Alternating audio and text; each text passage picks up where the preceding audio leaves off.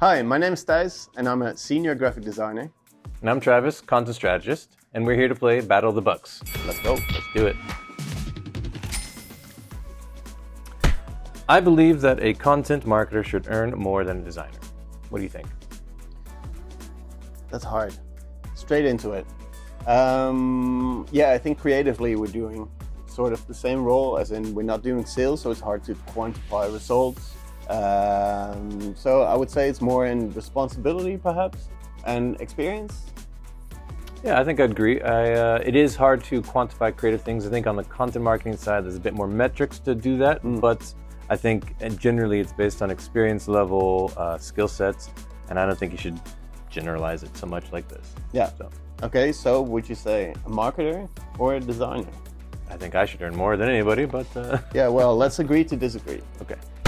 I don't want my colleagues to know my salary. There's a good one. There's a good one, yeah. So at the moment, there's a lot of stigma around sharing salaries and knowing other people's salaries, but I think in the future that needs to change. I think it only benefits the employer by not having salaries being transparent. And basically the way I see it is, if you have two people in the same function, them not knowing the salaries means that they could be earning vastly different to each other, even though they have the same experience level and responsibilities. And basically why that benefits the employer is because based on someone's bargaining power during interviews, you could have someone earning completely different amount than the other person. Yeah, I completely agree. I think it only benefits the employer really to have that fog of war almost there. And I think you're right, and if people have the same experience and they're in the same job, there's no real reason why they should be paid more. I think it's normal to have differences between a certain margin, but it only benefits or it develops that wage gap between genders or between age, and it really shouldn't be a thing. So agree. Agree, yeah. I think the gender pay gap is smaller in scale-ups than in corporates. Ooh. Yeah, for me, I've never worked in a corporate, so I don't really know, but I can only imagine that at least scale-ups are more conscious of that issue of having gender wage gaps. And I think, I can imagine that corporates are still stuck within that time frame and the difference in pay. That's a good point. I mean, I think on my thought process around is scale-ups are maximizing cost and return. So they're going to be more cognizant of the fact that if you can get the most out of someone while paying the less, there may be a factor there. So I think it's really hard to say, but I think gender pay gap needs to be solved some way or another. Yeah. And everyone should do their parts. Yeah, absolutely. And especially if you're a scale-up, I think most scale-ups are there with a visionary goal, or at least, maybe that's my idea of scale-up, but at least to change the world for the better. And I think that's just a very prevalent issue right now. So I think everyone's super conscious about it at the moment. Rightly so. Yeah, exactly. Ready for the next one? I believe that I can do my job and develop myself fully remote. Fully remote. I think during the pandemic, we all worked fully remote for a while. We saw the pros and cons of it. Yeah. In terms of fully developing yourself, I think you need to do that as part of the team. And I definitely think hybrid, few days remote, few days in the office is the best. As a creative person, I think we need time to focus, and it can be hard when people ask you questions all the time. But I would disagree. Fully remote, I don't think you can do it. No, yeah, I absolutely agree as well. Especially with the experience of Corona. It was, I used to be a freelancer, so I've done a lot of remote work, if you will, which meant that I already had some experience during Corona, so it was less of a challenge for me, but I still feel my pleasure in working just helps when you're around people. You can challenge yourself, you see other people, how they work, and you can only grow from that, I think. I agree, yeah. Yeah, and also just what we noticed as well with remote work, everything is very efficient. And there's no real gossip or no real... debate sometimes. Yeah, you don't really challenge yourself that way. as you're doing when you're just by yourself in your own cocoon. And I think you're right. There's time for some focus work and really dig in. But there's also time for a good coffee and just fooling around with your with your colleagues, I think. For sure. Agreed. Okay. I would only reply on job descriptions that mention salary expectations. That mentions salary expectations. Oh, that's a really good one. If there's it makes total sense to kind of put that in the job description at least. I've been to a few in the past where there was none, and then you get just a very low ballpark, and you think, okay, this is just a waste of time. Especially in the current climate, I feel there's quite a few rounds that you have to go through, sometimes 4, 5, or 6. And then at the end of the road, you only hear a very low ballpark estimate. That's just very feels like a waste of time. Yeah, a waste of time. I would like salary expectations be more in job descriptions, and I think that goes back to more transparency into pay. But I've definitely had the similar experience of you going through an interview with someone only to find out that their senior position still pays junior level pay. Yeah. And it feels like a waste of time, and I think, don't know why maybe recruiters or HR people do that. I can maybe understand because they're trying to get maybe the lowest amount they can, but would I only reply on them? I would say no, I wouldn't do it. Yeah, that's the actual question, of course. There's just not enough that show salaries. Yeah. So I think it would definitely help a job description if it does mention the salary. For sure. You take it more seriously as well. You know, there's no surprises either way. And to not have it in there and then to get a low ballpark, your reputation goes down as well. Sure. I think that doesn't help at all. Yeah. I wonder why they do it. Old traditionals. I'm willing to sacrifice 20% of my salary to work 4 days. You know, this is actually something I've considered a lot, having a kid now. You work full-time, right? I work full-time, 40 hours, yeah. And it's difficult. I think for me, it's personally, it's really kind of a finance question. Is 20% of my salary, what does that relate to? Less tax, and how much extra is that free time necessary? I think if I earned a little bit more, and then I went to 4 days, it would be fine. But it's just very difficult, to be honest. Yeah, I feel the same way. I think depends how you feel about free time, really. Especially having kids, that's a very different situation that I'm in because I don't have kids. So you're a lot freer, I think, with how you spend your time and your finances in a way. And then 4 days, I used to work 4 days and now I switched to 36 hours. So 4 days off and on. Because I did feel I missed out on the Friday pleasures. But 20%, it sounds so much, huh? Yeah, it really does sound like a big hit. But 36 I think is a good compromise, and I think I remember seeing somewhere that that's the average that most Dutch people work. Yeah, lazy Dutch people. Yeah. Maybe not. I think once I don't have to pay for my child's daycare anymore, it becomes a lot easier decision to make. So I think you're right. It's also in the financial balance, and you know what you're paying it for, that it makes it worthwhile. Because in the end, for me, free time is very important. Nice.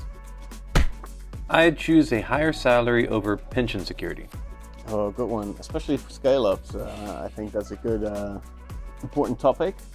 Yeah, being a little bit older, you already start about what am I going to do after work. I mean, it's a long while away, but you have to prepare, especially in this economy.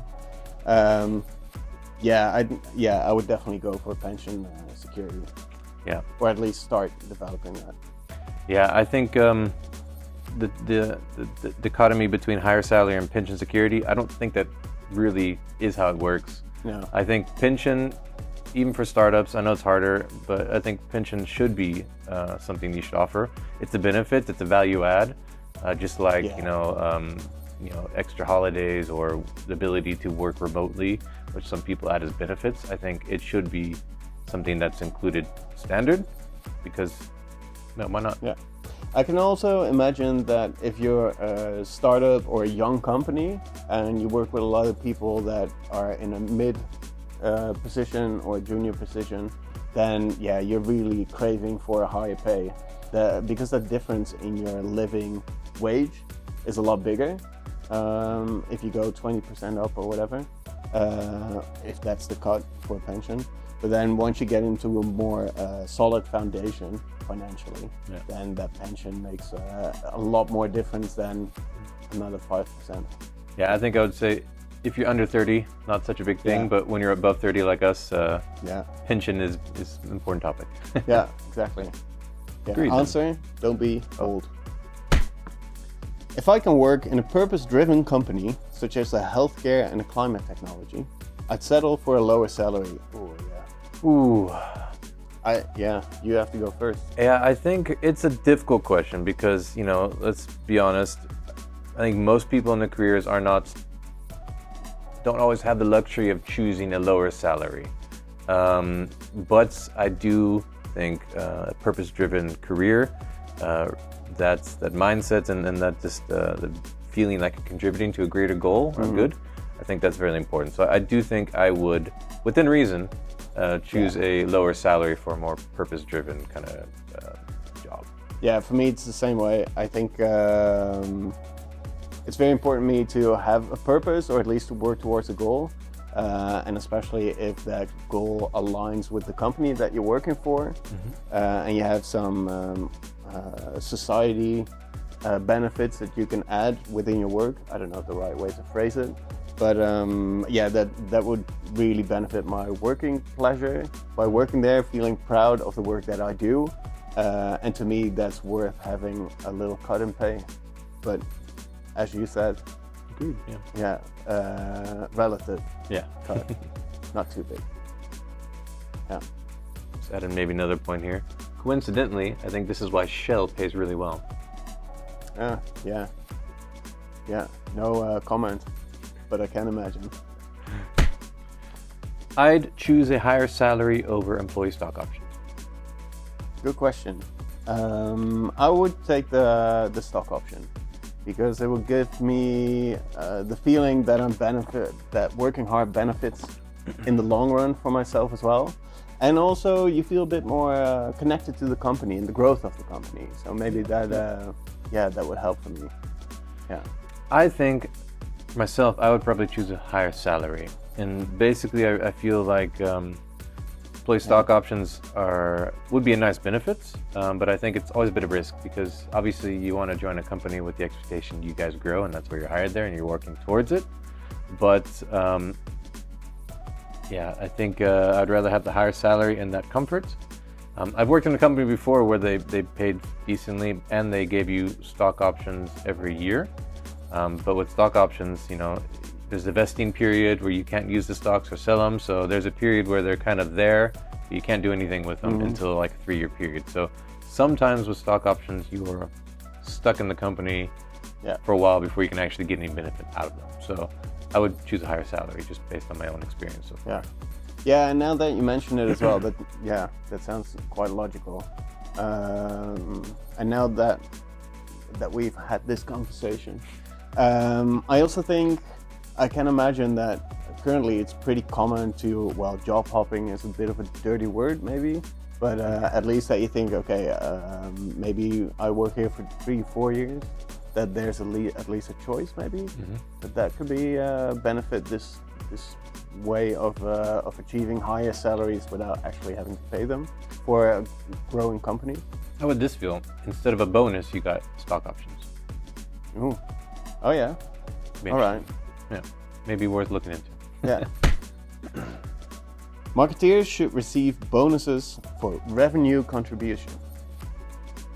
I agree. I think that their bonus should be based on that. I think that would be quite nice.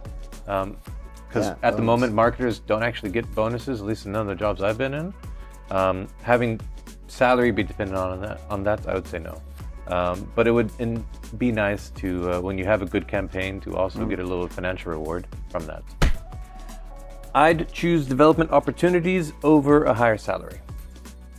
Yeah, for me that's a big reason to work anywhere. I really always want to keep developing myself, especially as a designer. I think with all the new technologies coming up, AI for instance now, there's a lot of opportunities to keep growing. And for me personally, it's a really big value for my work. That answers that question. I agree. Yeah, I think I agree as well. For me, learning is very important. I actually left my last job because I felt I wasn't learning anymore. And I think I'm still early enough in my career, or in the middle of my career, where developing yourself is still incredibly important. I think it's a long-term thing as well. So I would prioritize development opportunities over higher salary, obviously within reason. How would you feel about that 10 years from now? I still think it's the same. I mean, if you stop learning, then what's the point? I mean, for me it's the same.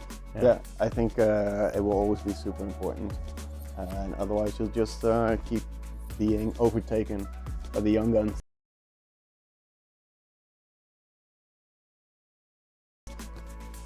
What advice would you give to founders looking to attract and retain top talent in the current competitive job market? Good question. I think the advice I'd give founders would basically be to aim for culture fit. Obviously, salary, if you have all the money in the world, you can attract the best people with the high salary. But I think in terms of long-term people that are working for you, hiring long-term, but also hiring people that are really attracted to the same goal and working towards the same goal. I think focusing on culture fit in the interview process is very important. Yeah, I'm 100% on your side as well. I think it depends on the type of company as well, and what the actual goals and values are. But for me, it's very much about culture fit and having a healthy work-life balance, and that's always respected. Very important, yeah. Battle of the Bucks. Thanks for watching. This has been Battle of the Bucks. If you're curious to learn more about the Dutch talent market, keep an eye out for our salary benchmark report. Shall we talk to the CEO? Yeah, time.